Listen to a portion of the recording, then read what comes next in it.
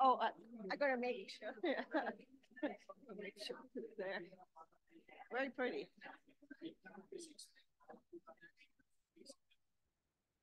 Did you get as big a bag as mine?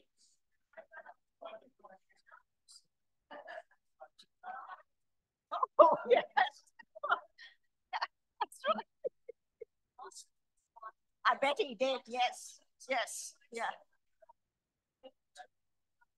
Why don't you just let him come pick up the bucket here?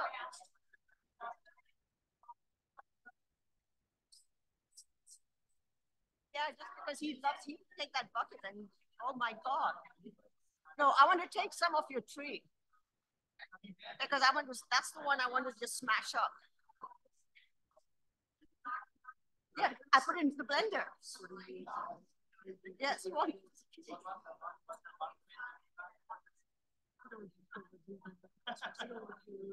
I know, I've seen that because you get the direct sun on the trees, on the lemons, right? And that's why they, I mean, they all yellow. Mine are not.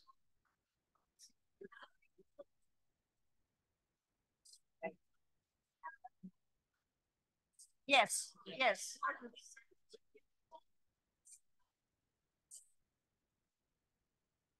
Oh, yeah. Okay, because I've seen that when I come along to Susan's and I'm saying all those lemons.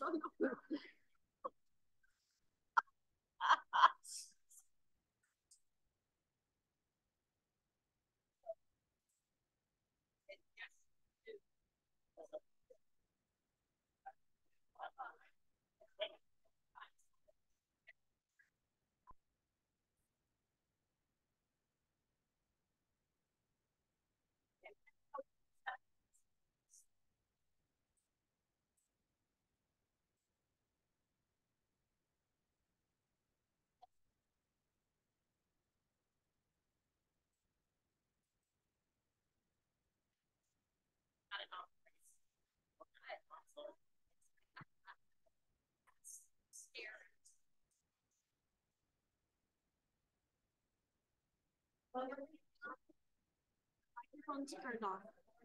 Because, oh, I turned all of them off to save battery. So Bill's is off and Cheryl's is off.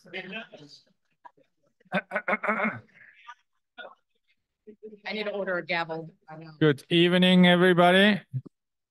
It is 6 o'clock. All right, I'll call this meeting to order. Thank you for attending. This is a business meeting open to members of the Nepenthe Association and guests of the board. Nepenthe Board of Directors is a policy board, and the role of the general manager is to observe the day-to-day operations. The primary purpose of the meeting is to ensure that the association is meeting its responsibility to provide oversight, maintain the value of the property, and to serve the homeowners.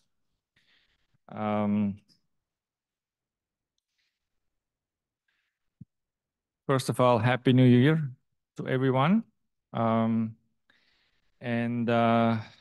We have a guest here, which is Paul Reeves. He is the manager for this deciding project, and he'll give us a report here shortly. The board met in executive session this afternoon.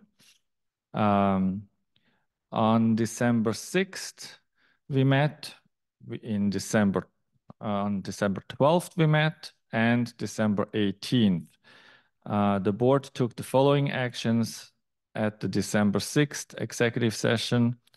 Actions were taken specific to member discipline and owner requests on the 6th of December, and no contracts were approved in the executive session of the month of December.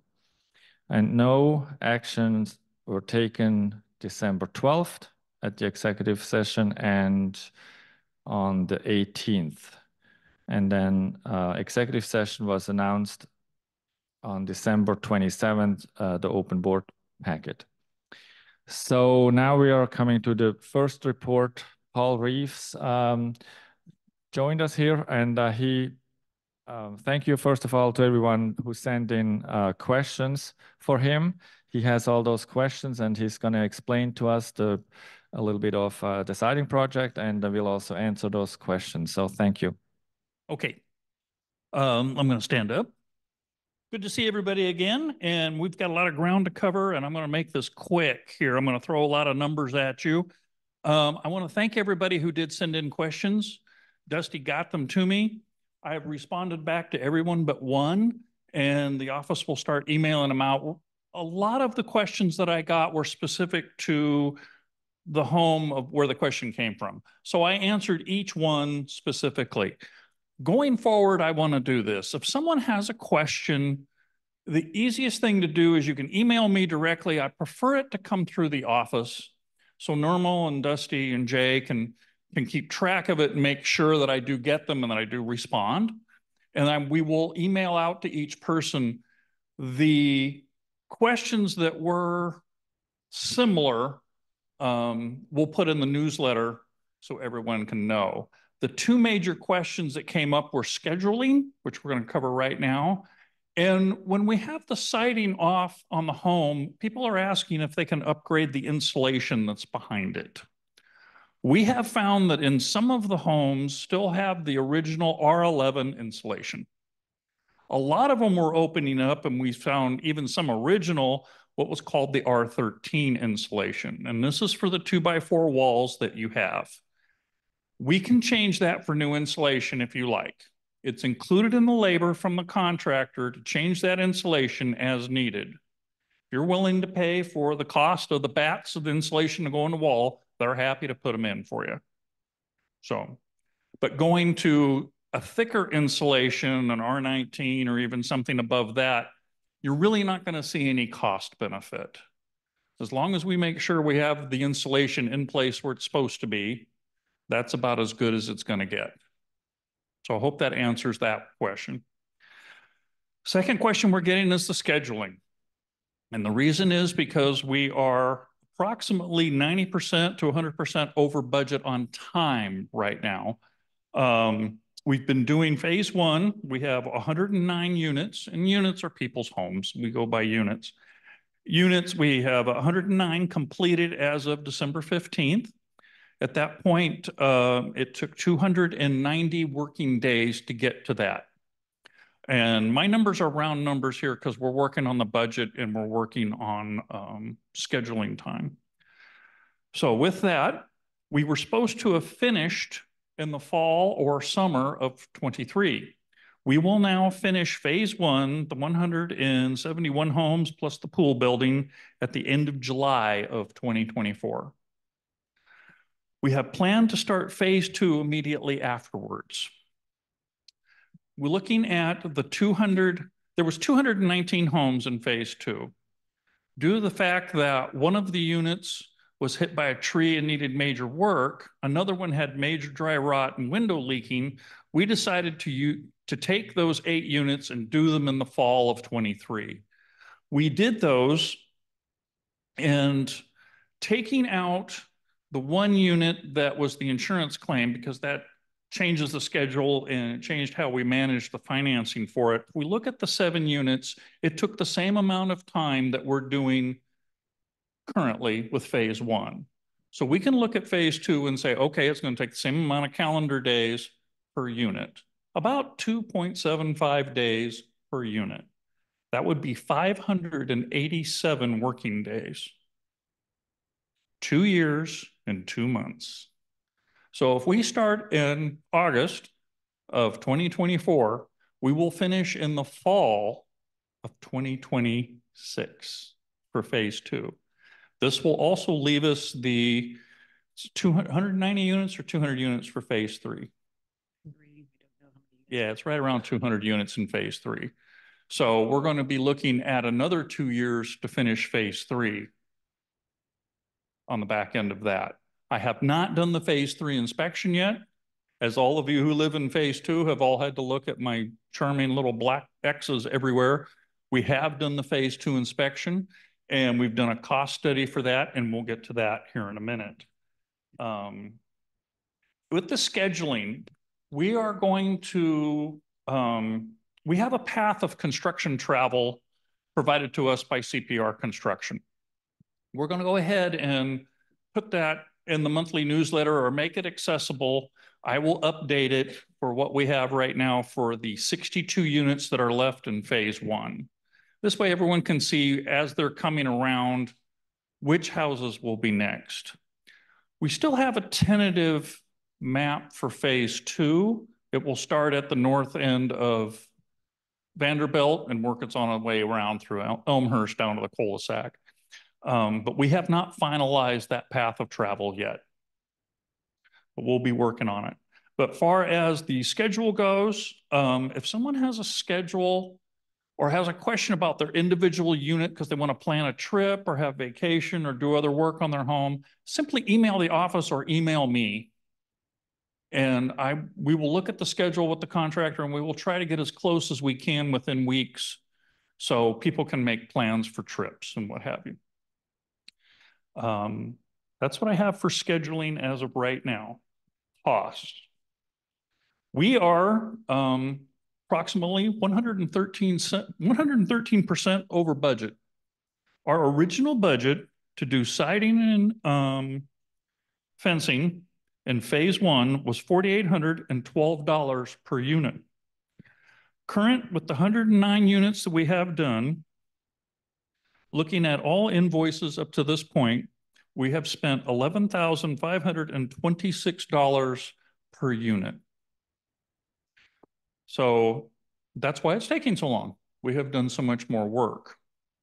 We have found that we have on some of the buildings, we've changed out over 50% of the siding and trim on the buildings due to dry rot. Looking ahead, we believe that this cost will continue going forward, and the total cost for the siding and trim repair on the phase 1 properties will be $1.9 million. And if we add the $300,000 for painting, and thank goodness there's been no change orders or extra costs with the painting, we will be at about $2.2 million for the total project for phase 1.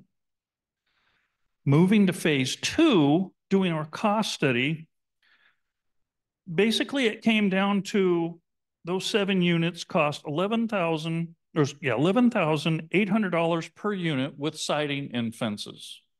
Now the fences are going to cost more in phase 2 because a lot of them, they have siding in the fences that go in between your units on the patios, and a lot of them that do have just the regular wood fence, it's two-sided.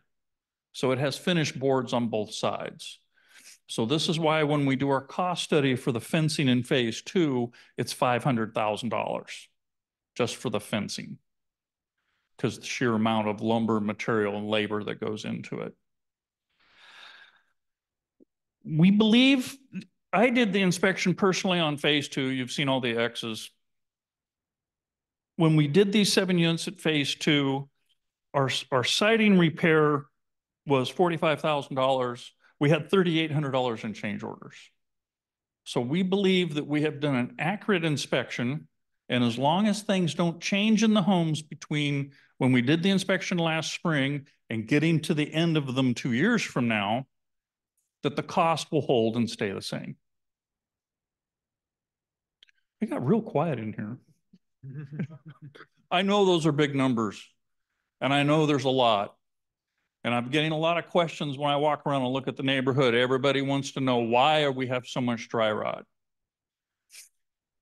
One of the things that, the original inspection was a visual inspection only. They didn't use any probes or actually hit any part of the buildings. So a lot of the siding that they saw in phase 1 looked good until you actually started to work on it, and it would simply crumble in your hands. Also, there's been a tremendous amount of problem that I've seen, even in the summertime and in the heat, a lot of standing water around the buildings and in between the buildings, and a lot of water from irrigation and from people doing their own watering on the siding, in the patios, and on the fencing. And even at today, I went and saw a fence. From the frame of the fence, this fence is only about 10 years old. The frame and the posts are good, but all the fence boards are rotted 10 inches down to the ground. And within the last couple of weeks, the landscaper has come through and pour all the plants out. Well, a month ago, when I previewed these buildings and walked around, that fence didn't look so bad because it was covered by plants. So I'm asking, please, if you can, give us 24 inches clear margin from your plants to the sidings and the fences. Please try to keep things pruned down as much as possible. I believe everybody has already changed to a drip system and all the spray nozzles are pretty much gone. If you see broken irrigation in the common areas, please let Normal at the office know. I've walked into a lot of stuff. I slipped and fell one day. I walked in and a irrigation line had been broken and I simply slipped and down I went. But we stood back and looked and it was 2 stories in between 2 buildings and we replaced $30,000 in siding between those 2 buildings because it was all rotten. We need to try to eliminate that so we're not doing a 6-year dry rot repair project in the future. I like you all very much, but we really need to get back down to a reserve study and staying where we can be, not have where we're replacing. Phase 2, my initial study is we're going to be replacing 1,900 sheets of siding. That's a lot. That's a lot. It's about 35% of the siding in phase 2 total for those buildings. So, does the board have any more questions for me?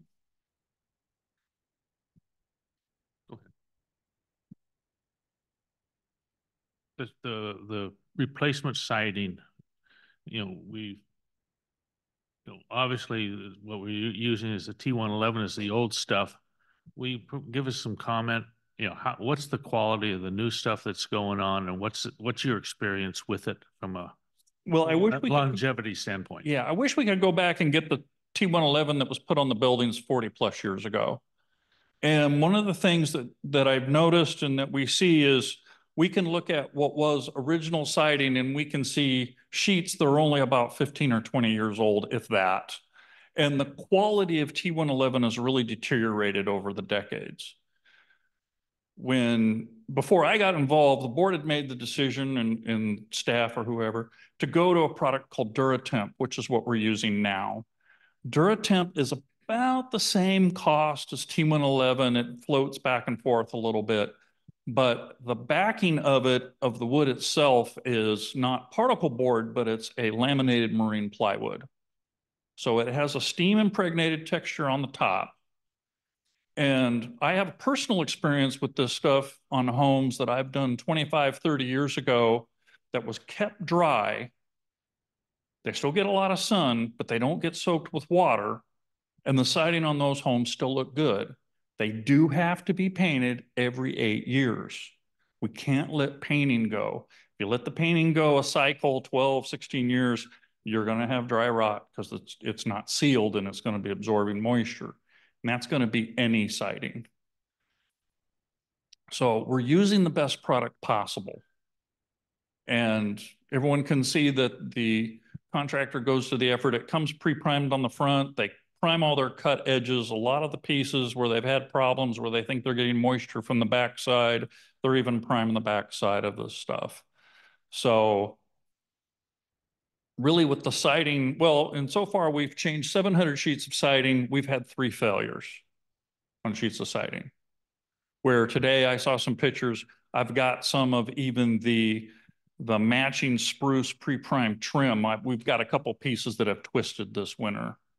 And I don't know if it's because it's drying out or if it got moisture to it or just what happened, but we're going to be pulling them off and replacing them in the next couple of weeks and looking at why did these sticks of 2x6 spruce twist on us.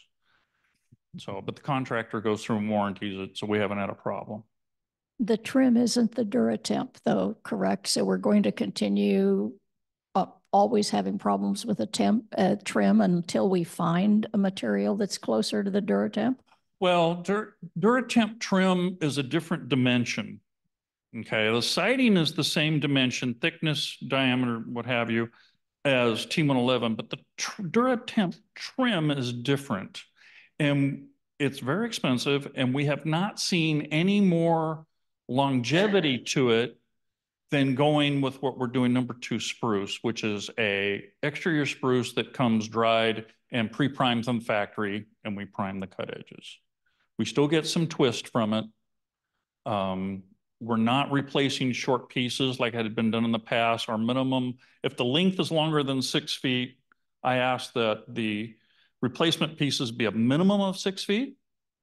And I like really to see 8-foot sections, especially on the 2x8 and 2x10 fascia boards, because the more nails get put in it that way and it keeps from twisting. I know you found some pest issues, I guess termites as well. And you found some rain gutters that were installed, but poorly or incorrectly with no flashing in the back. That caused some other issues. Then you found got downspouts that are too long. What are we going to do with all this? Is it all part of this? So first off, the issue with the gutters. When we see that there's a gutter that may have come loose or maybe got incorrectly flashed, we bring it to your GM's attention and to normal. And what we can't flash, if it's something that belongs to the roofer, the roofing company comes out and does the flash. We have seen a lot of downspouts that either slipped and now are lower to the ground, or there has been earth erosion where earth has moved up closer to the house, and now the downspouts are either buried in the dirt or they're not draining away from the house. So far, every homeowner that we've talked to has been more than happy to get that fixed. We have shortened a couple downspouts. Contractor does that without any extra charge for that piece because he doesn't want any drainage problems as well. The reason it's so important that we take care of getting moisture away from the homes is termites. Termites has been the issue here. I have other associations where the dry rot has become a problem with rats getting into the house. And rats have eaten through ABS drain plumbing on a second floor, and it floods the downstairs kitchen. And $100,000 later, we have it fixed. So the rats, I have not seen issues with a lot of rats getting into the houses here. I know it's happened occasionally. Here, it seems to be termites coming from the pine trees.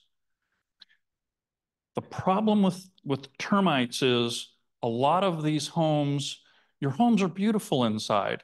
Well, if termites come in and eat the backside of the siding, they eat the framing. To be able to repair the framing, we got to take the drywall off the inside. Now we're inside your home, tearing walls out. It's horribly disruptive for you. Your homes are beautiful. There's just no way around it, and it's horribly expensive. We had one 14-foot wall that got termites in it, and it was a $20,000 repair. It was not ornate or fancy inside. And these are the expenses that we've really got to try to control. So hopefully I'm bringing it to everyone to say, we've got to get this moisture away from the houses. We've got to get control of that and try to mitigate termites as much as possible, as well as any other dry rot, water intrusion of any type. Once it starts becoming a snowball, it adds up quick.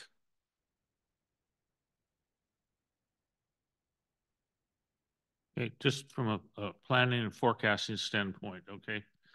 We figure that we'll finish phase 1 July, late June, July timeframe this year. We'll start phase 2. Yeah, phase 2, and that's going to go for about 19 months. Well, yeah. 597 plus Yeah. weather permitting and blah, blah, blah, blah. Well, let's say 2 years, 2 months, 19 months, Yeah, we're still working, we're still looking at each group of 3 or 4 Yeah. buildings at a Okay. time, saying, how much of the time does it take? What did we Okay. take? What do we got billing time? Okay. Can CPR get more people? You know, we think, oh, okay, let's just go hire more people. Let's get more people. Well, you can only get so many people on a building. And we've actually had times where I've had 16, 18 people working on a group of buildings, and they're just on top of each other. Production did not speed up for the amount of hours that they were putting in. No. So they're working now to actually come up and build a second crew. So we would actually be doing twice as many homes at a time. We would actually split and they would leapfrog ahead, but it's become very difficult to get skilled labor that can be able to do it. Okay. The other is from a planning standpoint, okay, using the DuraTemp and that we can, before we have to go back and replace, I think in our reserve study, we went out 12 years, but in the interval, we have to make sure that we've got scheduled painting and maintenance process, right? Right. Okay. Yeah, you've got to stay on top of the painting schedule. Whatever your reserve study is for the painting, we got to stay with that and keep after it. If this year I know that they've came through in December and cleaned the gutters. Anybody sees gutters clogged, report that. Let's get those fixed. Anybody sees irrigation problems, let's get any drainage problems at all. Let's get those taken care of. The death to this siding and trim is moisture. Okay. And it's small amounts of moisture for a long period of time. You know, it's a puddle on the ground for 3 hours every day. Or it got sprayed 10 minutes, 4 times a day, 3 days a week during watering. We've just got to get rid of that. And the other thing is making sure that, okay, whether they say, if you see something, say something. So, okay, if we see, as we look forward, we see that there's a problem, say something so we can get in and fix it before it becomes a bigger problem. Right. Please. I know Jay doesn't want to hear that, but No, well, yeah, everybody but call that's her. that's the reality, because Yeah, as we that's walk just the around, reality of it. We've got to we've got to get a maintain. handle on this. Yeah. So, because one of the things, you know, everybody's going to have to look at these ugly X's, but we're going to be 2.5, maybe even close to 3 years before we finish phase 2 from the time I started marking those X's. So we're going to look to see how much did this change? Because now we know what we had, because I was very thorough. Anything that I thought was, this might be okay a year from now, I went ahead and marked, because I know from a year from now, it's going to need to be done. But now if we're going to be 2.5 years down line, how much worse was it? Yep. And we've gotten leak calls, and like we did the property in phase 2, the Vanderbilt and the Elmhurst houses, they were leaking now. And I asked the board, I said, you know, let's go ahead and do it now. Let's do a test on the cost study. Let's see how it goes. But these things are leaking. We got to fix them. Yep. You know, and I get emails every week where today I went out and looked at 3 homes where there's questions with the siding. Can it wait? Do we need to do it now? And we're trying to do everything in order, because it takes time away from the contractor for me to have him pull 4 guys to go do a different house. Yep. Where I want to keep them on task. Yep. Stay with the phase we got. Let's get these done. Well, that actually brings me to another question. So the tendency seems to be when a homeowner reports some siding issues, damage or whatever, dry rot mainly, if it's not falling completely apart, leave it alone until it's being taken care of at the next cycle. Would you keep recommending doing that, or would you say we should actually take care of the issues as they come up? Is this cheaper in the long run? If you think you've got water coming in, if you see where you've actually got a physical hole at the bottom of the siding and it's rotten and you can see framing, or you think things are getting in, please call us. Please, let's have a look. I would rather go look at it and say, oh, this is going to be fine, it's going to take 2 years, than to say, no, I got 6 sheets we got to do now. We don't want water in the buildings. We don't want moisture on this framing. We want to keep the termites out. We don't want any extended damage. Is that the reason I'm asking is because that actually happened to my house. We replaced our windows. One of the windows we couldn't even replace because the siding was so bad. And I knew that was there for quite some time. When we bought the house, we did a home inspection, pest inspection, and again, it was just like, well, leave it alone. Eventually it will be fixed. But by the time they came around and fixed it, they were inside my living room tearing the wall apart. Right. And the studs were bad inside too. So the couple $100 turned into thousands, and some damage that I had to take care of. So I think we should, probably take care of that as it comes up, as it was reported. Well, this is it. If we think we have water intrusion and we get moisture inside, we're going to need to step in and take care of it. So then the other thing is, we are trying to we're telling the homeowners don't push any dirt or bark against the siding, against the fences. But at the same time, I noticed we, the homeowners association, on our side, our gardeners, they have the debris from the trees and all that pushed against it too. So I guess we should talk to them and tell them to keep shrubs properly trimmed, pruned, and keep the soil away from the. Yeah, I know the patios aren't real big, and a lot of you, the patios are just gorgeous. I've been in so many of them, and I love all the plants myself. But we've got to have 2 feet clear. We got to keep stuff pruned back. We've got to keep the moisture from being trapped next to the fences and to the buildings. The irrigation. Yeah, we have all the pine needles and everything coming down from the trees, building up around the fences, and it looks real nice, and everybody wants to keep, the rodents out of their backyard and what have you, but we've just got to keep stuff pulled back. Paul, is it also that it's not just where the trunk or the roots come up from the plant, the leaves leaning against the shrubs, are they holding moisture, or is it just the irrigation that's causing? Well, yeah, you get moisture from the plants themselves rubbing up against the building, and air can't get back there to keep the siding dry. So it gets wet. And that's where we see a lot of it that have a lot of the picture windows in the front. There could be a box hedge and plants, irrigations along those windows, and that trim along the bottom rots out. And it rots out because it gets rain on it, but it also rots out because there's plants leaning against it. I've had some of them come up, and there's actually pine needles up against the siding up to the window trim and that. So yeah, we've had trees actually wear through the siding because the branches rubbed on. And we've had a lot of plants where we can see the physical moisture from the plant has stained the paint. So. Good. I have a question.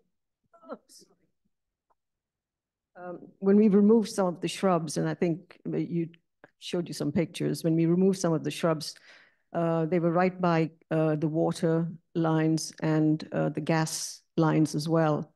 And the roots were very large, and they were right alongside the siding. And you mentioned the fact that that's how water can get into the house through the pipes, into the pipes. Is that correct?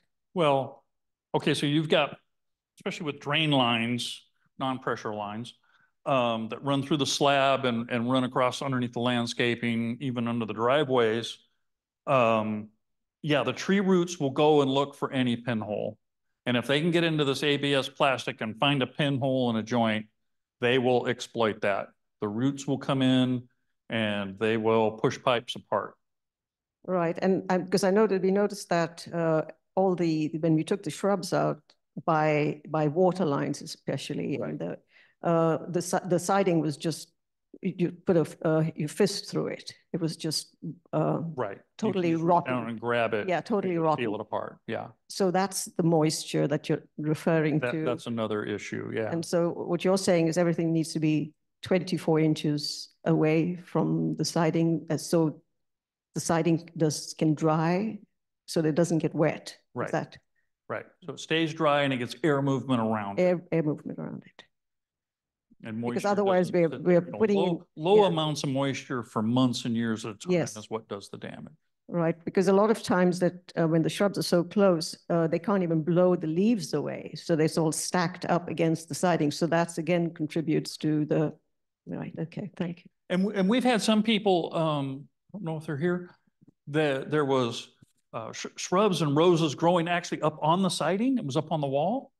And when they saw how much repair we were having to do, they had a very nice trellis built. It's back away, it's freestanding. They brought in these beautiful plants. It looks great. And there's a good 18-inch clear margin behind it. And as long as you keep that pruned back and don't let it grow up on the wall, that will be fine. Okay, any other questions? All right, well, thank you very much for that report. Okay, thank you again, everybody. Also, two things. If you've got questions, if you want to know anything, please send them to the office. I will answer them. The office will make sure that I get to them. If anybody wants to come and walk with me when I do a pre-inspection on a set of homes about a month before we get to them, even if it's not your home, just let the office know. We'll contact you. You can be with my schedule. If you want to come out and see what these look like, anyone is welcome to come see it. I want everybody to know what we're dealing with and what we're working on. And I'm happy to show it to anybody. Well, thank you. Ready? Thanks for the invite. Appreciate it. Thank you very much, Paul. Thank you. See you. All right. Let's see here. Okay. The general manager's report. Do we have any questions on that? Yes, the work order report is in there. If the board has any questions with regard to the work order report, I'm happy to try to answer those. I know that recently you've had some procedural questions about when a service request is opened, who gets that service request, and how it's corresponding with our siding project.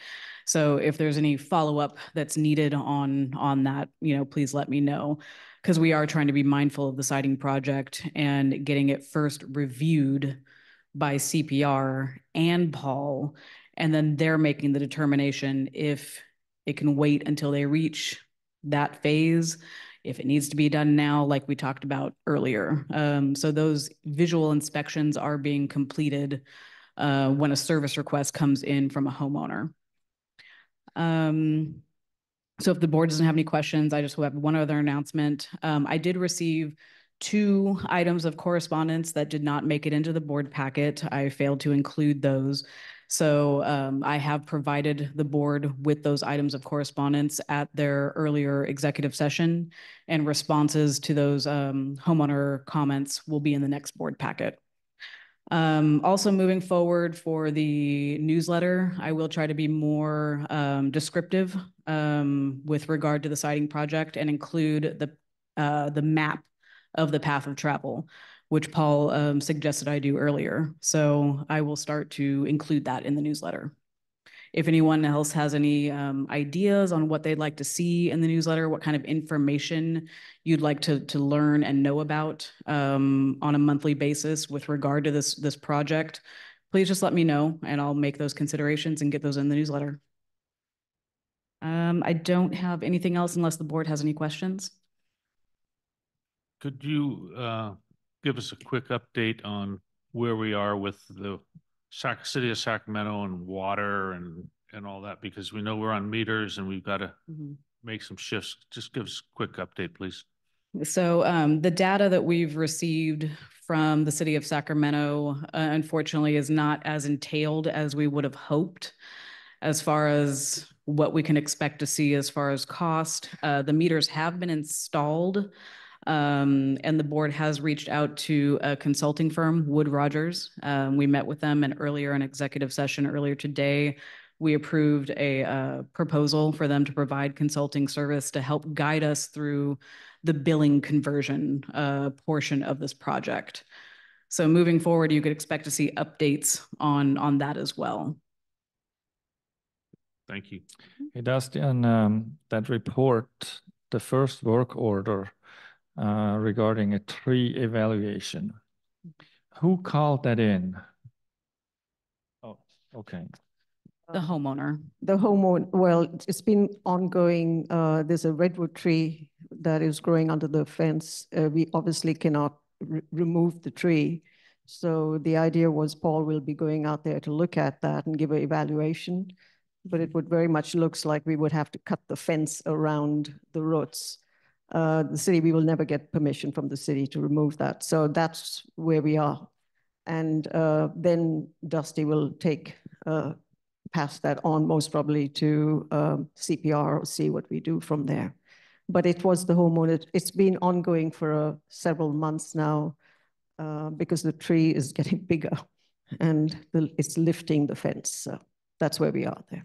And waiting for that. CPR was also involved in that. They evaluated the fence because there was some lifting, and they have added an extra board to secure it for now. And they did that at no charge. They did that as a courtesy. Yeah, and it's just that we can't touch those roots since it's redwood. So that's what we have to look at. So Paul is going to be taking a look and giving us evaluation and then pass it on to Dusty. Thank you. Then the other question I have is on 1113 Vanderbilt. You guys send out Elite for that fence. Why did you not send out CPR since they are on site and are doing our fences anyway? So a lot of times if it's something simple that Mike from a handyman standpoint can take care of, he'll let us know if he cannot, and then we will bring CPR in. Of course, we're trying to keep CPR on task and not pull them off their job as much. So we're utilizing Mike because we're already paying for that monthly maintenance service. So if he can go out and give us a visual inspection on what he sees, and then we could decide how to advance it from there. So we're trying to utilize Mike because it's lumped into a monthly cost that we already pay for, and we're not pulling CPR off the job.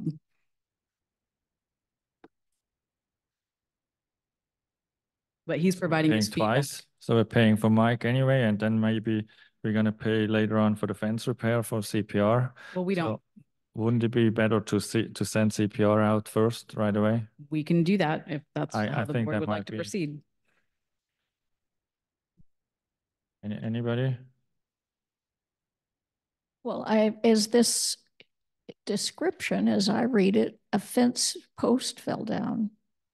That one, I would feel differently if I knew it was a major fence, or if a pole completely, the support pole came down, then that's not handyman. But if this reads that it was a post, I'm assuming one piece of the fence, then I would think it's logical that the handyman would be assigned that kind of thing.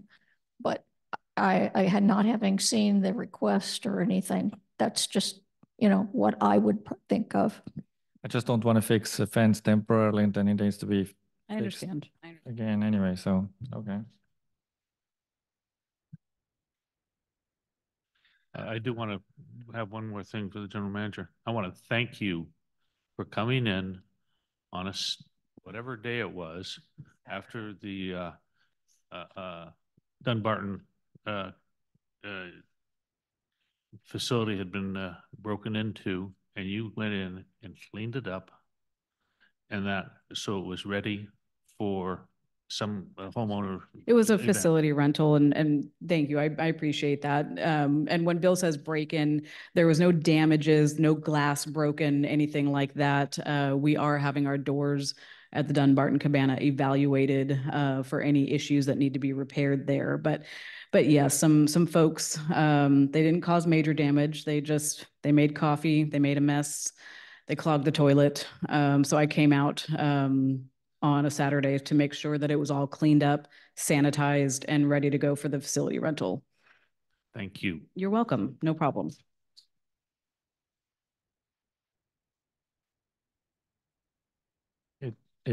It did look messy.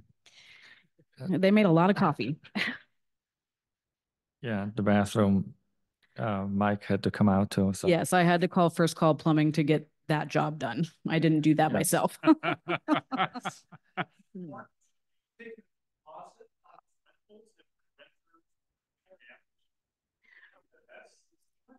No, it was a break-in. Yeah, it was a break-in. We have footage on video. Two people. Thank you, Jay, for reviewing all that footage. 6:30 p.m. actually. That's when they came in and had a party together. All right. Committee updates. ARC, I see Alan is online. Thank you for joining us, Alan. I am here on Waters. I don't have anything to add to my minutes. Does the board directors have any questions for me?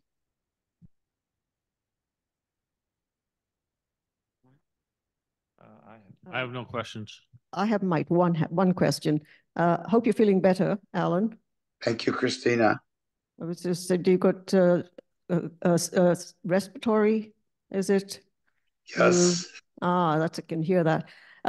Just last month, you'd mentioned the fact that the emergency camera policy that you were going to raise with your committee.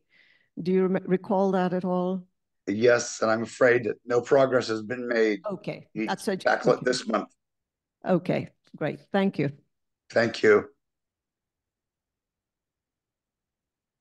All right. Okay. Thank you, Alan. And I wish you a speedy recovery. Finance. I thought I saw Susan. Okay, there she is. Hi, good evening. We didn't meet this past month, so that's why you don't have any minutes in your packet. But I'm available if you have any questions for me. Yes. Finance Committee, as Susan stated, didn't meet in December, but I have something I'd like to share with the rest of the board, and so let's see. Can you pull this up on the screen, please? It's going to be a PDF file.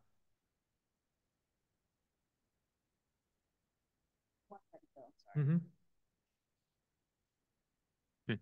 In your board packets, we'll be referring to this table.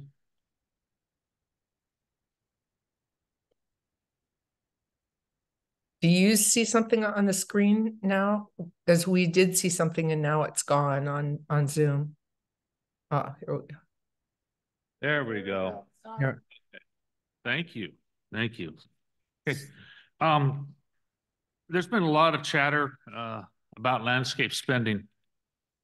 And so that we could see the distribution of grounds expenditures by reserve category, irrigation, landscape, and trees, Christina reviewed our financials and our invoices and shared the results with me, and did this in December.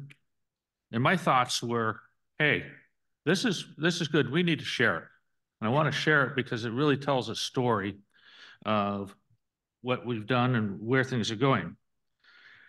With the holidays, I first wanted to share it suggested we share it with the Finance Committee, but Finance Committee was not meeting in December. So Susan, before she went on her Christmas holiday, agreed to meet with Christina and I and go over what Christina put together.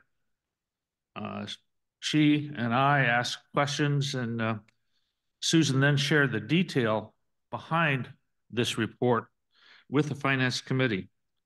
And Christina's review is what the basis is of this presentation. And that said,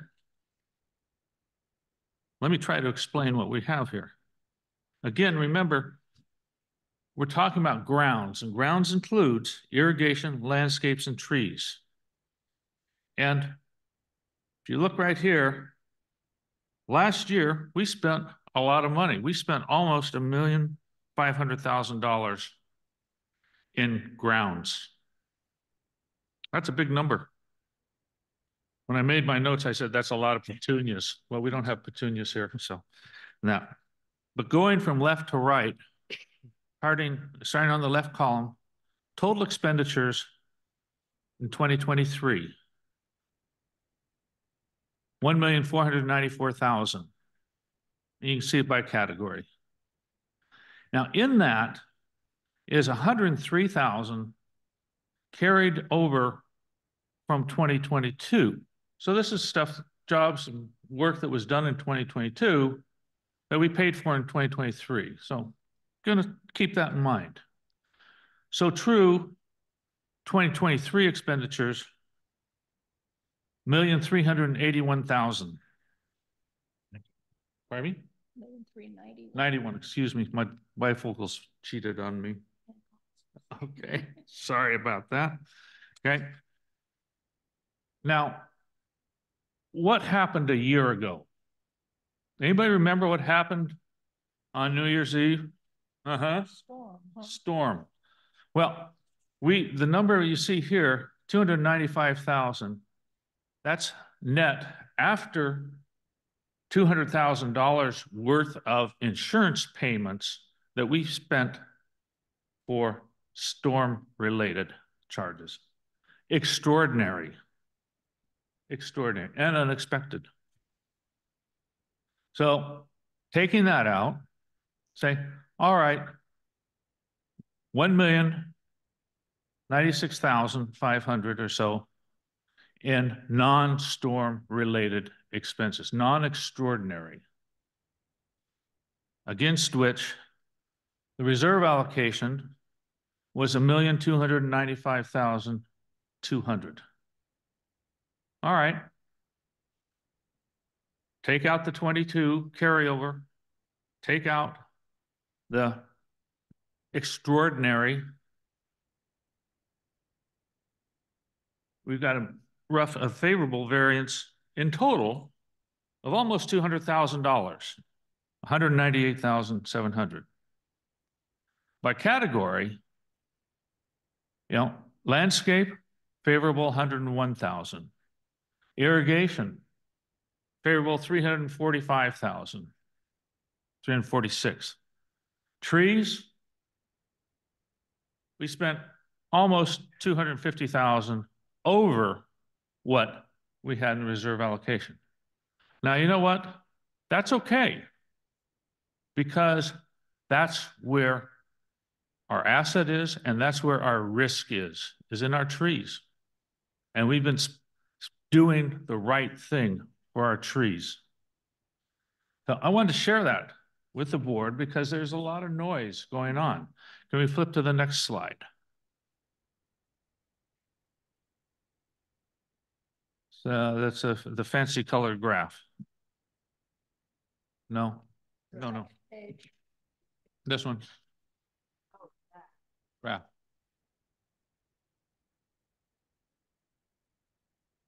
We're going to get better at this because you guys are going to get used to seeing my stuff. Okay. Huh? That's okay. Yeah. Now, with Christina's help and with Susan's help, this graph was put together, and it's kind of a simple thing, but it shows the 2023 allocations, where the spending was, the extraordinaries, and the carryover, and that. So, the tree expenses, storm-related, 118,000. Landscape expenses, 176,000 against what the corresponding were. So, fellow directors, questions, comments? So you're saying that the storm cost Nepenthe $295,000. The total cost plus 200,000, 495. But for Nepenthe, out of our money that we didn't budget for, didn't have an allocation for because it's unplanned, That's was correct. 295,000. That's correct. Okay. And we're fortunate we had the reserves that would cover that. So, other board questions? Okay. Very good. Thank you. And Christina, What about all the thank other, you for your hard work. what about And the other Susan, slides? thank you for your guidance. No other slides? Thanks, Bill. You did a great job explaining it. Well, thank you. Yes. Thank you. Very informative. Appreciate it. Thank you. Okay, ILS and Nancy. I have pronounced. Pretty short tonight. Number one, I do want to apologize that you don't have the minutes. I assumed something and I should not have assumed that you had them, so it will not happen again. We are waiting to hear from you about things about this defibrillator thing, because I've got people coming to me about it and whatever, and you know, we've talked about it in the committee meetings and things, and we just need to have your opinion from the yeah. Yeah, that's what we were talking about earlier, is we'd like to get a full report from the ILS on what the risks, benefits of the AED would be. That's what we're concerned about. Whether we should have one or three, and the cost, and should we get one, should we buy it or should we lease it, or that kind of thing. So we should go a little further at our committee meeting. Yeah, if Yes, you could please. get us a recommendation. We will do that. One sad thing is Jerry Dunn has resigned from the committee, and he is our insurance man. And so we are looking for another insurance agent who would love to be on our committee. So if there's anyone who's interested, you know, please let us know. Come to our meeting. We've got Bill Newbill over there who's been with us for many, many years. But if there's anybody else that is interested, we'd like to hear from you. So sorry, Jackie. That's okay. That's it for tonight. Thank you, Nancy. Outreach. But before you get to talk, I get to talk, because the board would really like to thank you, Marcy, Karen Lowry, and Jerry Gelfand, Hallie Hanley, who it's actually her birthday today, and Barbara Bedo, and Judith and Pat Jones for the lovely gifts, for the presents that were provided or given to us at the last board meeting in December. That was totally unexpected and very appreciated. Well, thank you very much. You guys are entirely welcome. And it was well deserved and hard earned. So thank you guys. So this has been a heavy meeting so far. So maybe try to lighten it up a little bit. We had 3 events in December. We had a New Year's Eve party going backwards. We had a sing-along and we had a Christmas party. All of them were great fun, and I'm sorry if you missed them. So stay tuned for our next year events. We will be planning those in January, and if anyone has any ideas about what they would like to see, please let us know so we can get it on a calendar. Our plan is to have a calendar soon so you can get those events on your calendar so you don't go off to Mexico in the middle of a Christmas party. So that's about it for us. So we're still working hard and trying to entertain you guys. Thanks. Thank you very much. Okay, Grounds Committee. Caught me there, Marcus. I was expecting it after finance, and I went off to sleep, isn't it? Yeah. So the Grounds Committee did not meet in December, but we are meeting again on January the 18th. So just to give you an update on the remediation, the $200,000 proposal. 200,560, with the 20 locations. So as unfortunately, the plantings, the work was supposed to have started on the 18th of December. Unfortunately, rain came in, that didn't happen. These are the, 20. you're talking about the plantings along Dunbarton remediation? No, the or 20 others? locations, Okay, okay. So, but what they have done in the meantime is done something with the drainage. They worked on that and removed some of the plantings by the side, etc. So they've done quite a bit of work. The plan is, if it doesn't rain tonight, and if the soil conditions are good, they might start work tomorrow. But if the soil conditions if it's too soft, too wet, they can't plant. So they would have to then come back, starting perhaps on Friday or Monday. But the good news, hopefully they can start tomorrow. So that's where we are. Now, that's for the 20 locations. Now, when it comes to the Dunbarton area where the shrub removals have happened, they are also able to start. They could start tomorrow again. But here's a problem. You know those pictures I sent you? So we can start on Dunbarton, for instance. The other picture, you know, with the big top on it. Yeah, that top there. Yeah, that would be interesting to see. Okay, so I just want to show you. So Dunbarton, we can start work because they finished the painting siding at the from 1112 Dunbarton, which and then goes down to 1427, 1425, that whole alleyway. We can start work there. And then also at 1417, so that T from the alleyway down.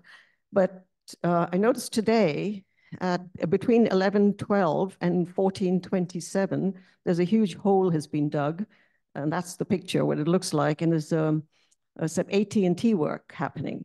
And so we don't know what exactly, I checked with the office, they don't know anything about it, so that's what we have there. So just to give you a heads up on that.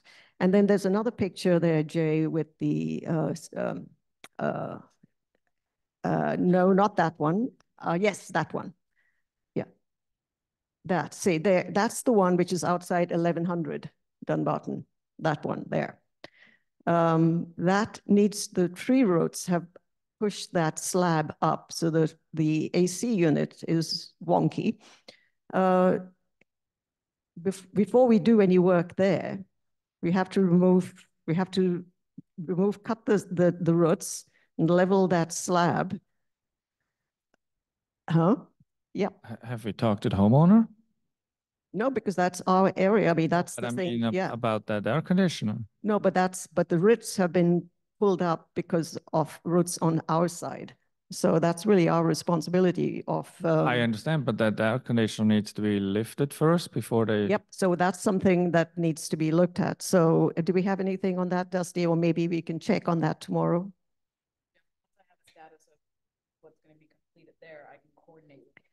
Well, we have to actually remove before any remediation can happen there, we have to cut the roots firstly so that they can start working. So maybe we can coordinate it with the homeowner, check tomorrow. This is outside 1100. 1100 Dunbarton. Okay. Your place? Are you aware of this? Yes. So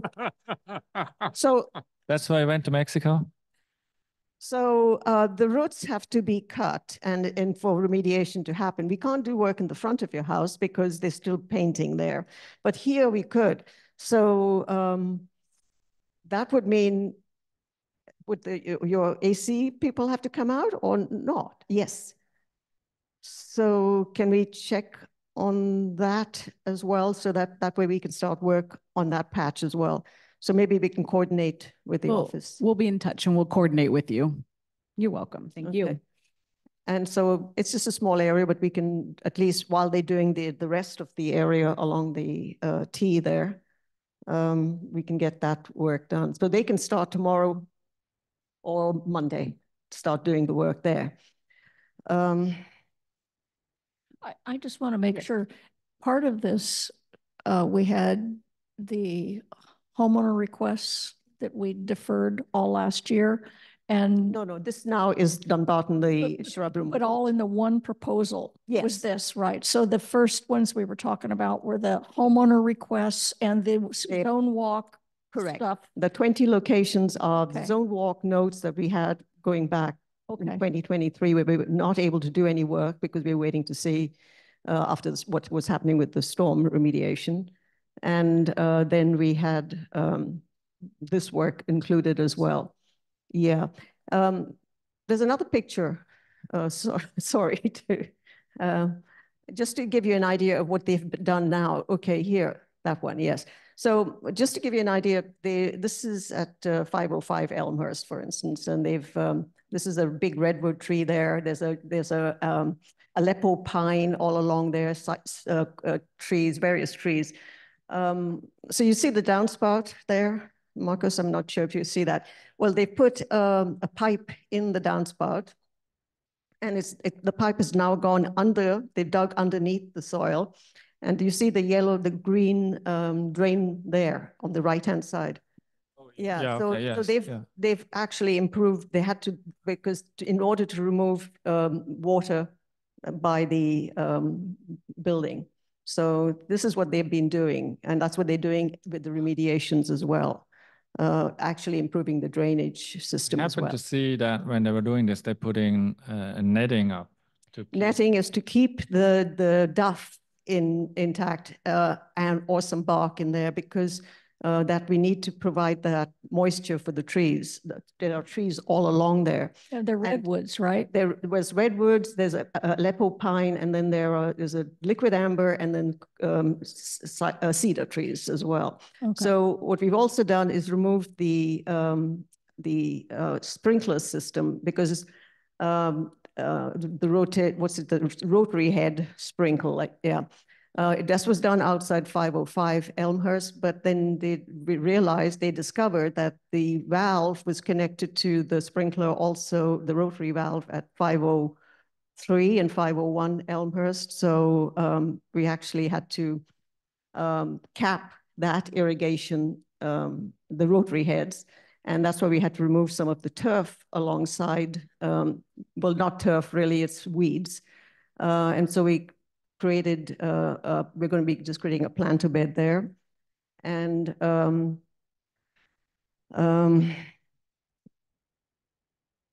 putting netafilm actually around the trees so that they get, because the safety of those trees is really important, because these trees are really leaning. They've all been put on the slope. Yes, slopes down, and all of them are that way, and they're all sloping really all towards my house, actually. So but the rock is to take care of the slope, is that right? The rock is to, yes, okay, to take care of the slope and to keep the water in, so we don't get the water all coming, or soil coming onto the pavement as we had before. And so netafilm, and so we removed all the rotary heads there, so we're capping that, and just putting drip, and then we creating a better drainage system for the trees. So on that. So that's what's been going on, and that's what's happening on most of these sites where we're doing the remediation, trying to work both of those areas. So that is, if there's any, I mean, we have all the details on this, of course, what Bill has been referring to for this is all with landscape, comes under landscape, but it also obviously involves irrigation too. And then we're going, and since Bill also mentioned about the tree work, a lot of the tree work that we've been doing, the tree work, for the 7 zones, which are the walks we did, I mean, all the zones amounted to about 327,000, just over 327,000. And contributing to this expense, as you might remember, Cheryl, when you were on the committee, was the reduction of redwood codominant tops. We reduced a total of 44 redwood codominant tops in 2023, plus the reduction of cedar and liquid amber. Also about 34 tree from removals and stump grinding. And so the one point about the reduction of codominant tops is this is only done once in the tree lifetime. That's it. So the weight pruning on cedars, for instance, that we've done in 2023 will hold in some cases for 5 to 7 years. So we cannot do this aggressive pruning every year. So the long game plan for the Nepenthe trees is to address the trees now and to get them to a point where they require less heavy pruning over year to year, and ultimately reduce the future cost of the trees. So that's where we are going to. All work on trees, including the pruning and removals, is covered by city permits, all of them. And it takes several months to get that. Now, I know there has been concern about some, apparently, the trees that are in the city right of way, and that work is being done by Nepenthe. But I think the way to handle this, and I know you've got an answer. Yeah, I think we have some real detail in the responses to homeowners. And we can come to that. But I think also, I remember, I want to say about 2 years. 2 years ago, I walked the berm with Frank Carson. And there were a lot of issues along the berm with broken irrigation systems that nobody even knew that they were in there. Yes. And when we kind of lifted some of the branches, there were also bushes underneath.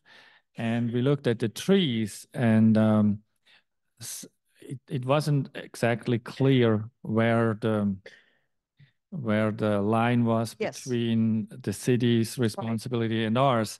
And we looked at some of these trees that we assumed on the other side of our line. But the city, they don't really prune trees, they just chop them. They come by and just literally hack them. They don't care about the beauty. They just want to make sure that Howe Avenue is safe. They also don't clean really, because we used to clean on our dime Howe Avenue, and the city actually does not do that. They come, I believe they said twice a year, and that's about it. And the rest is really on us. Yes, and there's a tree, a cedar tree that was removed at 709 Dunbarton, which is in the city area.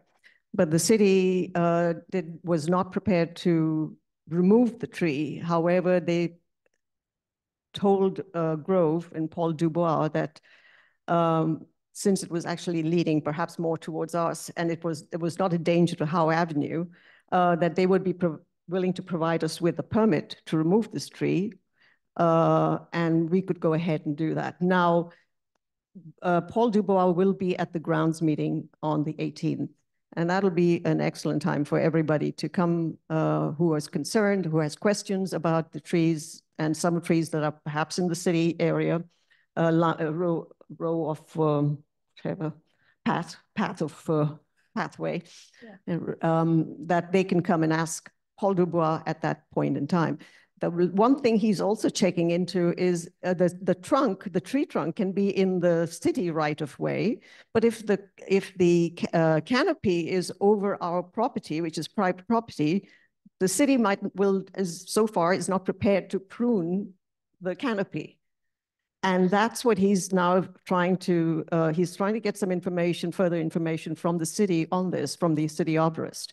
They will not prune any canopy that is overhanging on private property. Now, he will have more information on that, hopefully in the next week, but certainly at the grounds meeting, and we'll be able to get more information there. But tree work, as you know, I mean, we've put a lot of detail into the tree work, but the tree work is, it's handled with landscaping. In landscaping, it's not just the plants. It's a whole lot of other work we have, which is leaf pickup, which is about 29,000. Then we have, all sorts of things we do. So that's just to give you an idea. Back at the picture that we had, looking back at the picture you just took down, where you had the current landscape project, there was a lot of moisture you can see on the fence. And there it is, on the fence and on the chimney. Exactly. Now, are we, when we're in there, that appears to be a Yes. low spot that's collecting. Are we doing anything to Yes. regrade that so we get the All- water off? It is going to be regraded, but also there's some of that exactly. And that's why the drain which came in, so that's what they've been working on. Okay. And that's what they're doing exactly that. And a lot of shrubs were removed from that area because Carson obviously works under the vision document. And so we had a lot of the shrubs growing under the redwood tree that's creating moisture as well. Good. Great. Thank you. Yeah. Is it also possible that some moisture like that is from the interior or perhaps irrigation or Could be, shrubs? but I mean but Right. right now we're concentrating on the outside there. Okay. Good. Thank you. Any questions? No? Okay. Thank you, Christina. Homeowners correspondence. Did all directors have a chance to read the homeowners correspondence? Any comments, any questions? I want to ask Dusty and confirm the very first letter, the first item had to do with something that occurred in November, and we'd sent a letter asking for a response. Did we receive a response today or yesterday on that? This was a request for, it's on page 65. I understood when I asked yesterday and asked today that you hadn't received it. I just want to confirm it. Just want to make sure we're talking about the same 65. Yes. No, I have not gotten a response on that. Okay.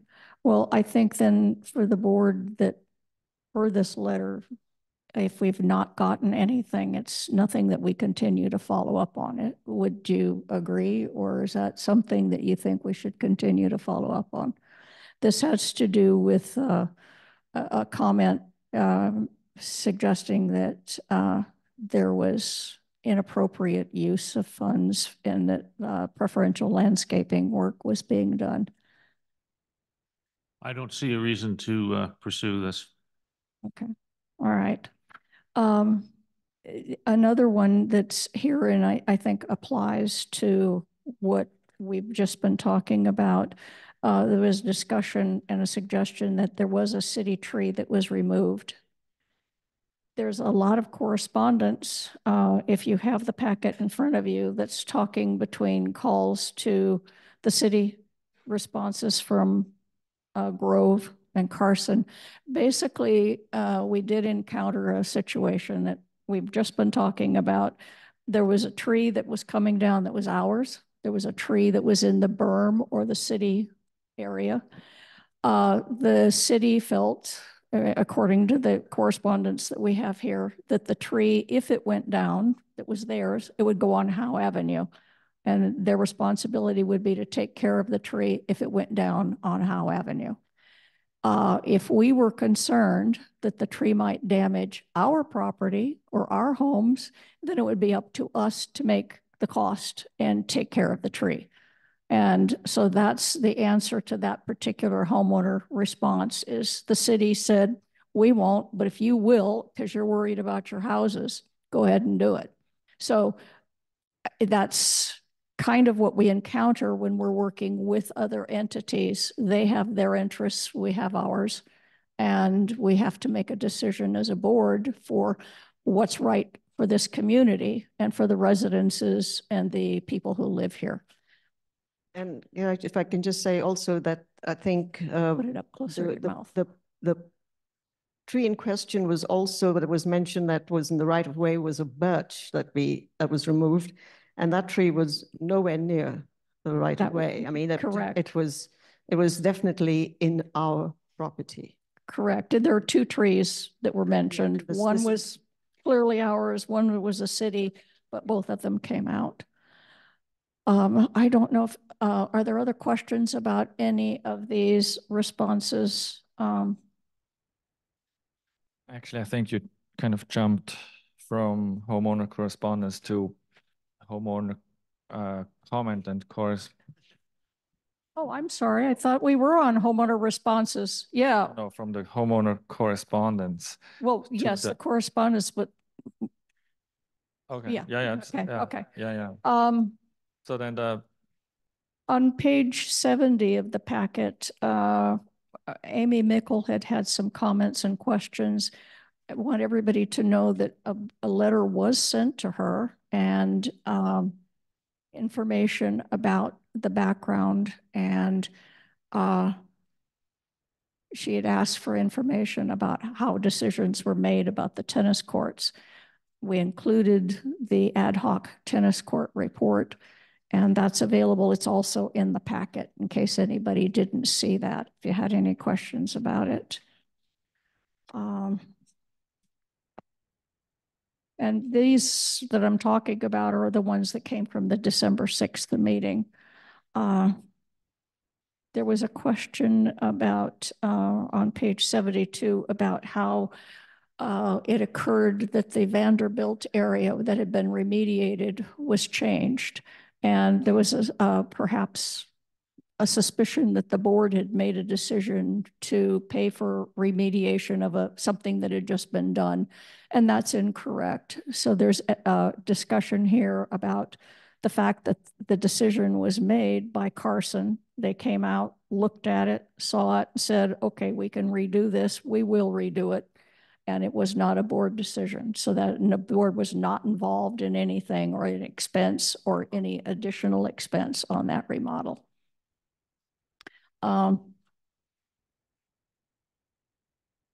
So then let's go on to the responses.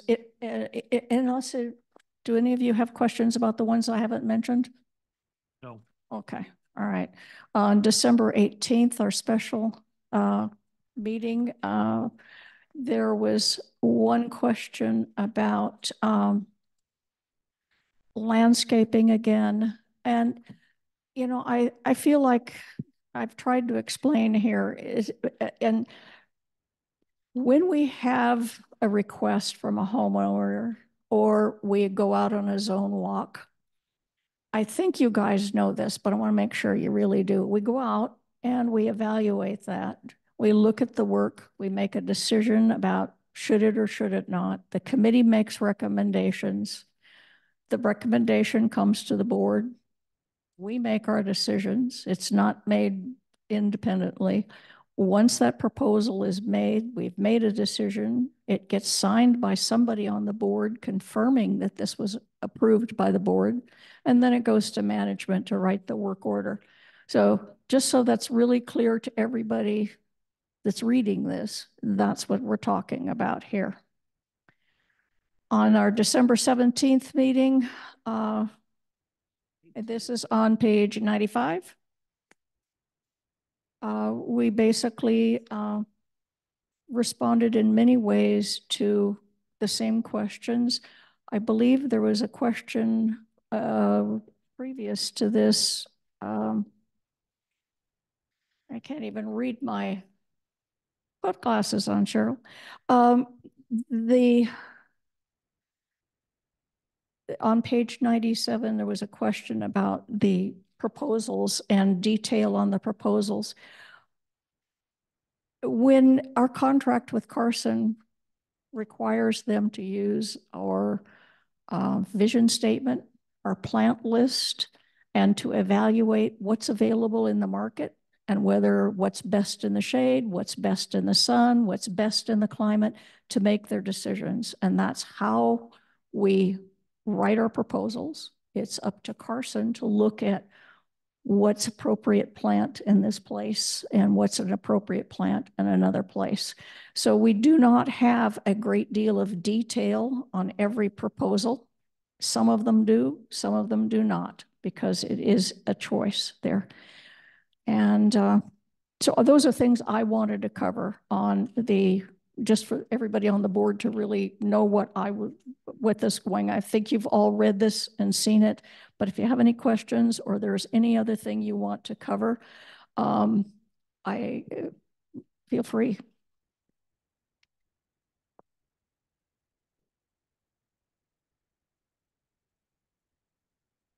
Anybody? I know there was a great deal of information here. That was a lot of work that went into this. Thank you, Cheryl. I hope everyone reads it because a lot of the answers you want are in there. And Cheryl puts a lot of time into these responses. I'm always impressed when I read what she's put together.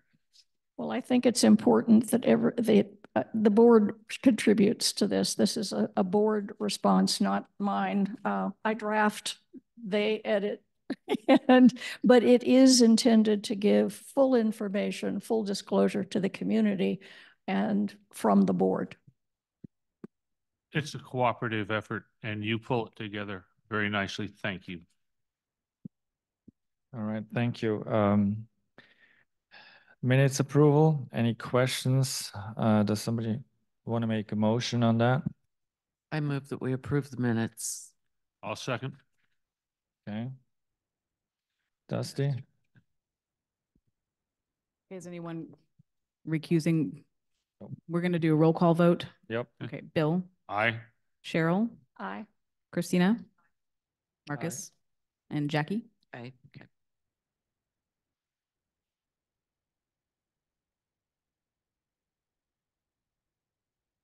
Okay, now we're coming to the appointing the inspectors for the 2024 election. Excuse me. Oh. Financials? I think Oh. we need Okay. to approve and accept the financial. Oh, And we also Sorry. need to act on the architectural review committee. no, that's part of the minutes. No, Financials, current no. financials. New Oh, business. oh, Under new I'm business. sorry. Yeah, okay, I'm sorry. Yes. That's okay. See?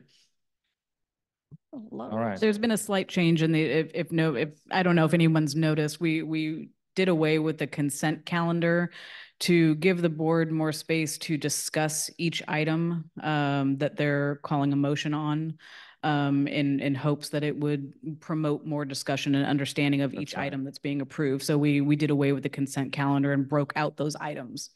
And we appreciate that you thought of that and did it. Thank you. No problem. Okay, financials, you are. I move for approval of the financials as presented. I second. Aye. Aye. Jackie? Aye. Okay, anybody have a question about architectural committee recommendations? No. I move for approval. Okay. Aye. Aye. Aye. Aye. Cheryl? Aye. Aye. Okay. Now we are at the inspectors for the election of 2024. We have selected Yvonne Del Biagio, Jolene Hecht, and Diane Vizard. So these three people will help us out. And then appointing 2024 nominating committee. We have Marcy Best, Karen Lowry, and I will be the chair. The chair doesn't really do anything. But we have to nominate the chair. Is this correct, Karen? You'll be in charge, I know that. Okay. Well, I propose that we accept the resolution for the board of the inspectors of election. I second that. Okay. Aye. Aye. Aye. Aye. And I also make a motion that we accept these appointments for the election and nominating committee. Second. Okay. Aye. Aye. Aye. Marcus and Jackie. Okay, got it. Okay, now we're coming to the homeowner forum. I was asked to ask the people who would like to speak to keep it between 3 and 5 minutes. Don't go over, be precise. And technically we are supposed to have, it shouldn't be any longer than 20 minutes in total. So that means 4 people could speak for 5 minutes. But I'm trying to let everybody speak, and not everybody appreciates that, but I would like to, again, remind everybody, keep it as short as possible so everybody can talk. Anybody in the audience? Oh, everybody over here. I will start over there. Carol. Oh, okay. Carol Duke, 205 Dunbarton. Couple things from tonight's meeting that I wanted to get out of the way. I disagree with the landscaping, irrigation, and tree spreadsheet numbers that were up there. I reviewed it myself before the meeting in detail. The devil's always in the detail. And if you don't review where the numbers came from and what numbers were put together, then you might think that looking at a pretty spreadsheet, it's perfect. It isn't. Secondly, the picture with the Catawampus HVAC unit, in my view, from going over and looking at it, looks like the roots come from a tree that used to be inside the neighbor's patio rather than on the common area. Just wanted to note that, which means that it would have some different implications in financially, et cetera. In the last meeting, the proposed change to the minutes was not clarified as to what part of the minutes were being changed and to what they were being changed to. I've reviewed the recording several times and found that nothing was stated as to specifically what those changes were. I noticed that was cleaned up a little bit tonight, very different. Any significant changes to the minutes need to be made clear in the meeting at the time a motion is made prior to the vote. That makes the motion and the vote on the change of the minutes null and void. Any subsequent actions or votes taken in the meeting that were based on the change in the minutes would also be null and void. Another clarification I'd like to make is, I know we've heard tonight that there is more of a limit on homeowner comments, and that sounds fine. It's just that last meeting, there seemed to be a real rush to end the meeting and to do a couple of votes without clarifying what they were voting on. And so there were no second group of homeowners' comments, which is the standard, that there are beginning and ending. I'm not sure that I guess I would say that if something like that is changing, it's a major part of the meeting agendas. The standard has been set. So I think maybe that should go out to the homeowners so that we're aware of it beforehand. I believe Just you did my get personal the, I think everybody opinion. got the board package beforehand. And so I'm pretty sure you must have been aware of that. Besides that, we did clarify this with our attorney. So it's at the board's discretion how many homeowner forums we can have. Okay, thank you, Carol. Next. Paula? Yeah, hi. My name is Paula Connors. I live at 14 Adelphi Court. And I know the last month has been pretty busy. I know we had 3 board meetings and a lot of discussion, but I submitted a formal request and letter in the December 6th agenda package. And I saw no response to that in the agenda package for today. Now, I don't know if it's oversight or you feel that it has been answered, but it wasn't. So I am resubmitting the letter that I submitted and that was in your December 6th packet, and hope that I get a response in the next packet. Thank you.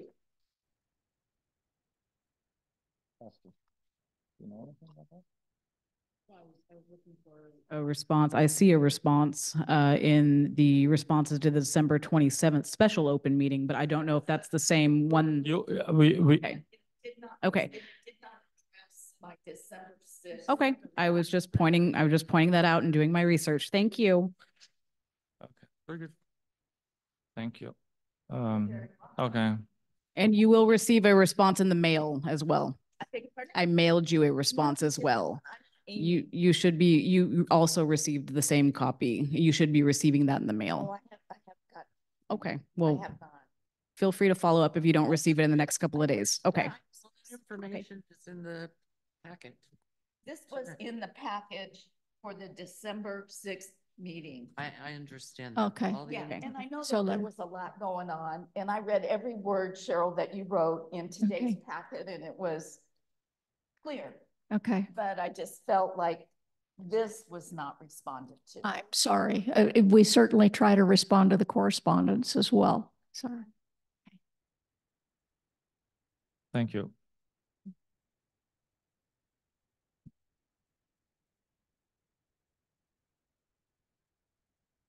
Thank you. My name is Trish Mraz. I live on Vanderbilt. First, I want to apologize for my voice.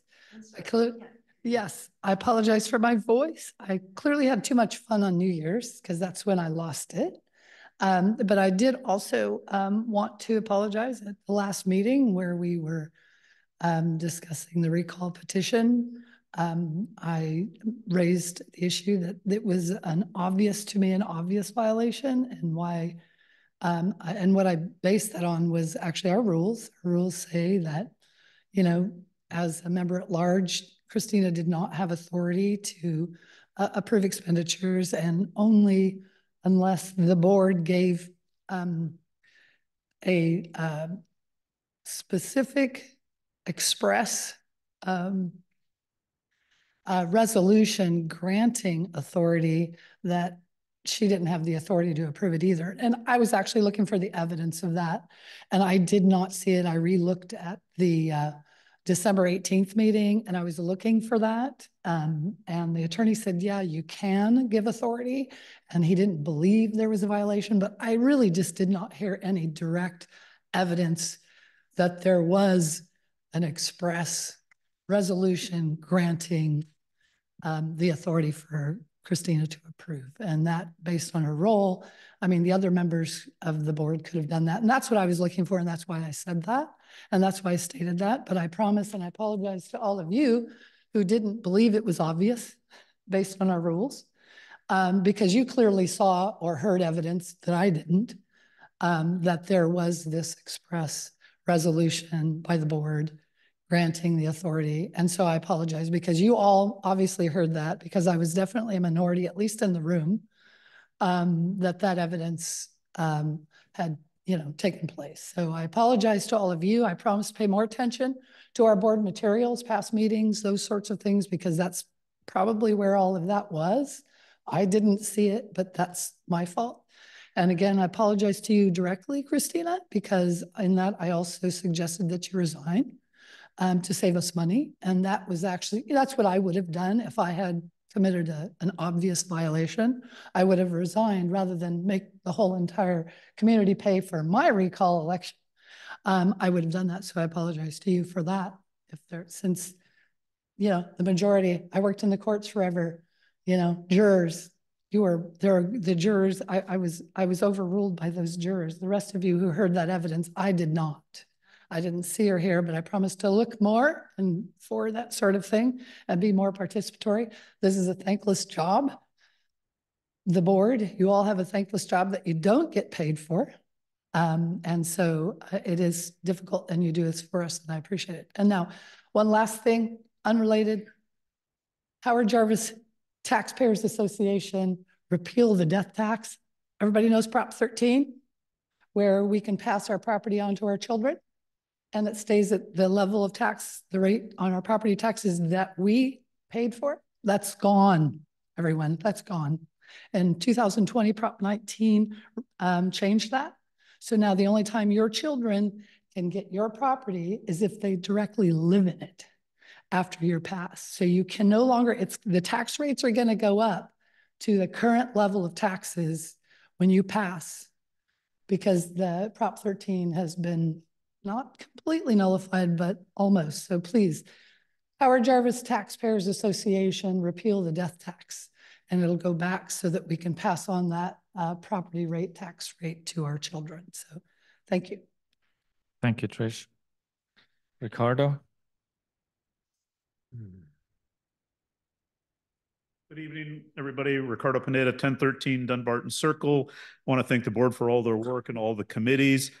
I guess I'm learning how this board, how the board works. If responses to letters that we send to the general manager or to the board, if those responses are in the board package, I was not aware of that until today.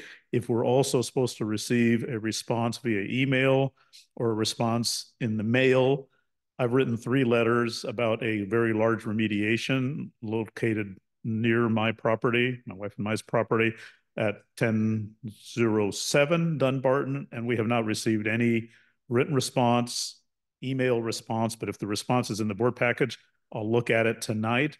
But these 3 letters essentially say on my behalf, or for myself, and for one neighbor and another neighbor, I'll leave the names out. We just want to meet with the people who are making the decision about what's being planted. It's a big area. A big tree was removed. And there's concern about sound mitigation, privacy, and security. So we're still kind of waiting for a response. But if the response is buried in page 78 of the board package, I guess I will look for it tonight. So I don't know if there's any quick response to that about where responses are, or if we're supposed to, I heard earlier, I think it was Dusty said, a response has come in the mail to you, then we have not yet, I have yet to receive it that I would share with the other neighbors who share our concerns. We're not being unreasonable. This is in the venue of collaboration and communication with the property owners about what's going on right next to their property, and especially because it abuts university. Thank you. Ricardo, I just want to clarify something.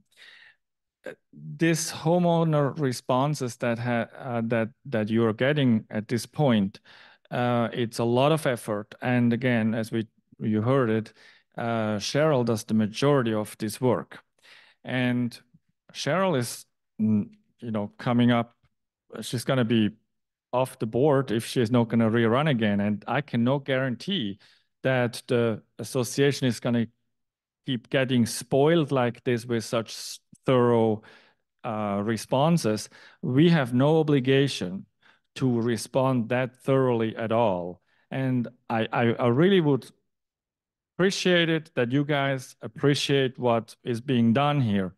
And again, this is whatever you guys demand, we have no obligations to respond that way. I mean, I want to make this clear. This is a goodwill that this current board implemented, and Cheryl is really the driving force on that. And if she's not going to be on the board anymore after the election, there may or may not be such thorough responses, just to give you a heads up. Well, I'm taking a little bit aback, Marcus, because we haven't received a response. If the response is in the board package, as I stated, I will look for it. But right now we've written 3 letters. I've written 3 letters with a very reasonable request. And like I said, we have not received any written response, any mailed response, any email. So we will look for. We appreciate the response in that, but we're not being aggressive. We're not being mean. I started off by saying we appreciate all the work, but it's kind of like we don't know what's going on with that. We just hear a little bit from the landscapers. So if it's in the package, it's first I know that responses are inside the very large board package. I'm sorry, I'm ignorant that I didn't know that that was the SOP, the standard operating procedure. So, if that's what it is, I'll look for it. Ricardo, you are not ignorant. And if we have not met your expectations, we will try to do so. You have my word. If I can, not so much expectation, it's clarifying where the response. If I may say, if I may add, Ricardo, you will find on page 72 of the board packet the answer to your question. And you might wake up tomorrow morning and find people are working around your house. But again, like I said earlier, that it depends on the soil. But 1007, by the way, was never on the remediation list. It was 1009. But as you know, when they removed the cedar tree, the roots ripped up all the shrubs all going down to 1007. So the plan had to change, and therefore Carson has gone in and getting shrubs for 1007 for remediation to be done at 1007. And I think you'll be rather pleased with it, but the explanation is on page 72. And there's also a reason as to why we don't respond back to the homeowners on particular plantings. But okay, I didn't know that those were the responses were located. Now I do. We'll do my due diligence. Thank you. I had nothing negative. It was just more trying to encourage communications and collaboration. Thank you. Let me see. Thank you, Check the Ricardo. Zoom real quick. There's I think nothing on the Pat- Zoom. There's one hand. Pat Singer, do you have your hand up? Yes, I do. Thank you, Marcus. Pat Singer, 806 Dunbarton. I want to start out by thanking the board. You're doing something that I will never be willing to step up and do. I think you're brave individuals. I also want to thank the board for having Paul Reeves attend tonight's meeting. As a professional project manager in a totally different industry, he did a fantastic job. Both Paul and CPR did a wonderful presentation at the kickoff of the siding project. And I think tonight he did what I would hope to see in the future be done at least on a quarterly basis, and that was provide us with an excellent update on where things stand.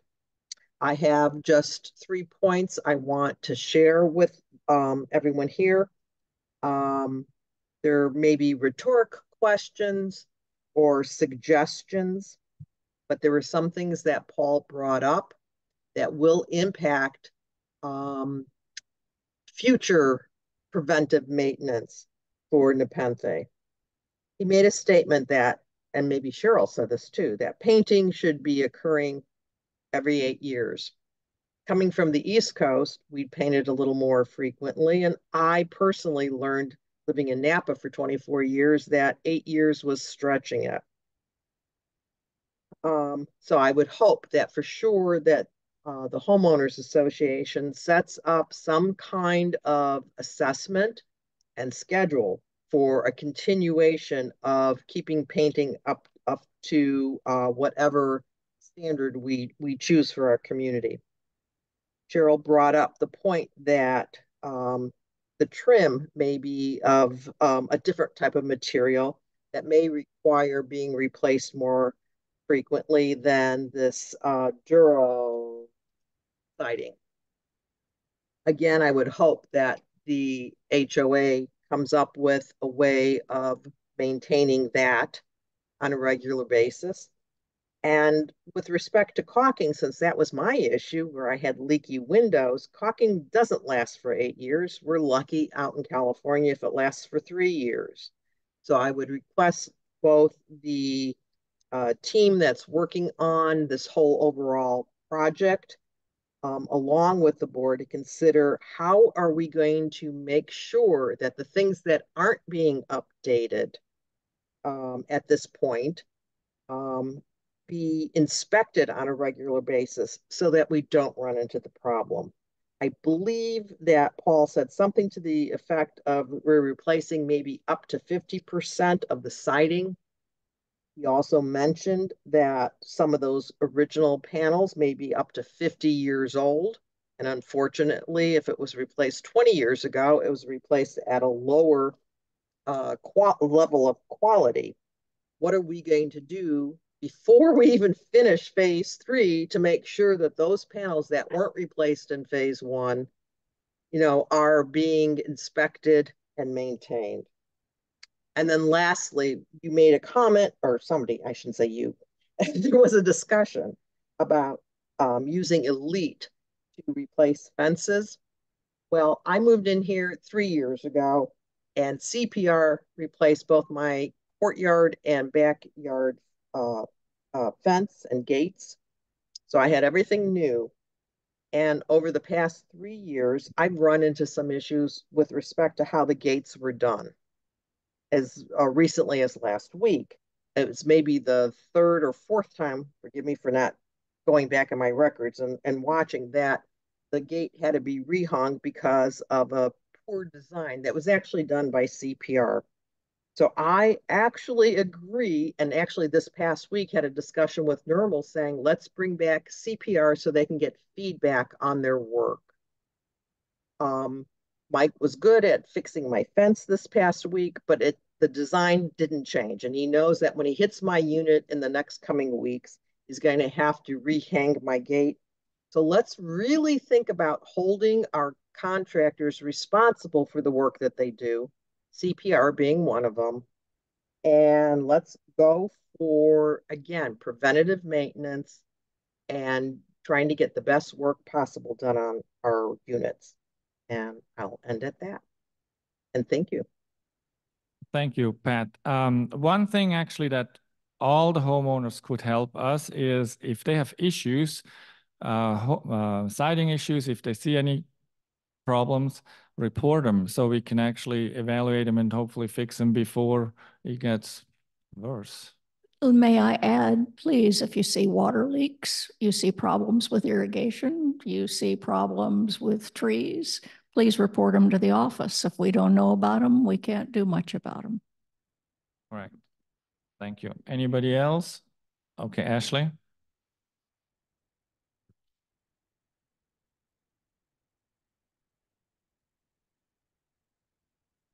I'm curious about the meeting chat. Just first of all, there's something I couldn't find anywhere, which was at the December 27th meeting, there was a lot of talk about the process of how things get approved and they go to the executive session. I can't find anything about that $200,000 proposal going through grounds. If that happened, if you could please provide that. And then also just wanted to clarify too, that there was this idea that the work was done next day. That's what they talked about, that they didn't know, the board didn't know. That was a couple days before Thanksgiving when they tore everything out. But anyway, they voted for it on October 26th. So, but anyway, I'm here today to talk about the recall petition and just want to say that a few things. The recall petition was submitted on December 6th. It was confirmed by Brad Epstein to be valid at the December 18th meeting. Mr. Epstein shared that 99.9% of boards act on recall petitions as the owner is able to move forward with the petition on their own or through court action. The board acted on this petition and set a meeting date of May 3rd. At the December 27th meeting, the board claimed the recall petition is without merit and the allegations warranted the rescission of the December 18th approval. The recall petition met the 5% requirement of 30 votes. There were 33 valid signatures. The petition documented breaches of fiduciary duty, which are specific to Ms. George. Evidence and recordings are available to validate all claims. The recall is valid, and although you may disagree with the petition's merits, California Corporation Code 7222A states that directors may be removed by membership with or without cause. In response to the board's failure to give notice of the recall election, I enact the provisions of the California Corporation Code 7511C and hereby establish an April 17th meeting date for a single ballot election, which allows time for nominations, pre-ballot notice, and ballot mailings. In closing, I am submitting to the board notice to Nepenthe owners of special meeting with a meeting date of April 17th, 2024. So here it is, and I would, Dusty, appreciate your help in coordinating getting this to all homeowners. Thank you, Ashley. Anybody else?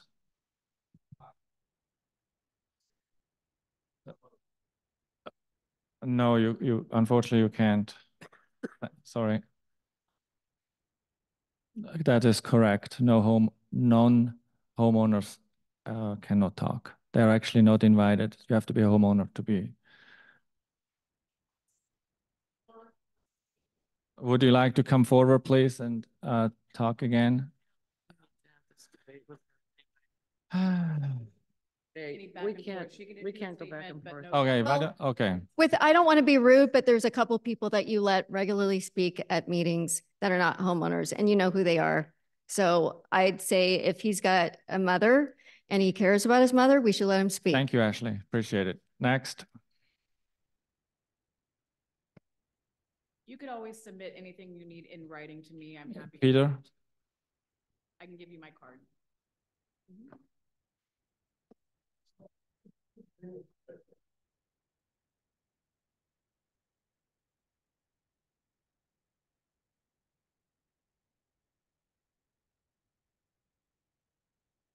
My name's Peter Paul Colfer. I live at 1019 Dunbarton Circle. One other, you can't hear me?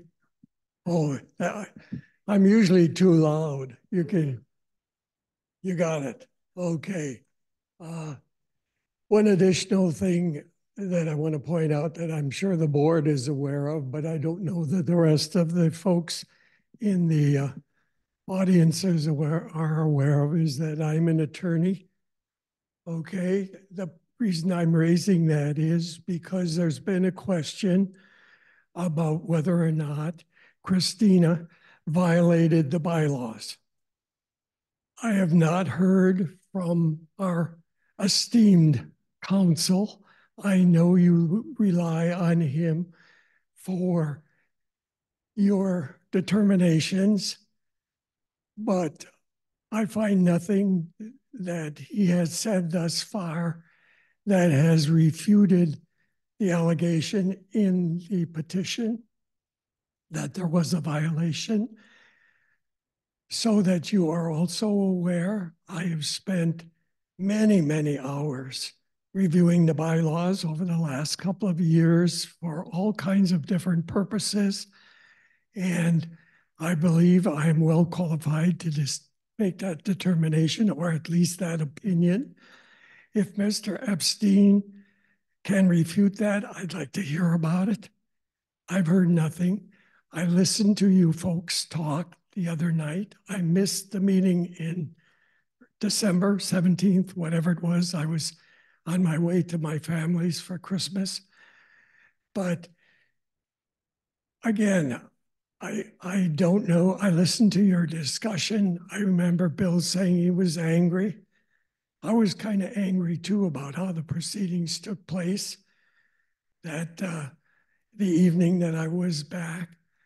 But you were talking about the board as a board and your authority as a board to decide on letting a contract. Actually, you could do that as a, not only as a board member, but as president of the association. But you spent a lot of time talking about that, and that's way beside the point. The point is, does or did Christina have the authority to sign? She signed it, if you look at the contract, as the member at large. The member at large is not an officer of the association. And specifically indicates that only officers of the association are capable of carrying out administrative tasks like signing. And the board cannot delegate that authority to her, because if they do, she is acting as an individual. And as Mr. Epstein pointed out, the only way the board can act is if all 5 members participate, 3 of which obviously have to respond affirmatively. So I would like to hear if someone's contesting this, if there's another attorney out there. But it is my firm opinion as an attorney with a lot of experience that Christina violated the bylaws, okay? What you want to do with that, I don't know. But as far as I'm concerned, is a proper legal determination. Thank you very much. Thank you, Peter. Anybody in the room? On Zoom? All right. Nobody? Okay. I guess meeting is adjourned, and the next meeting is in February, on February 7th. Thank you very much.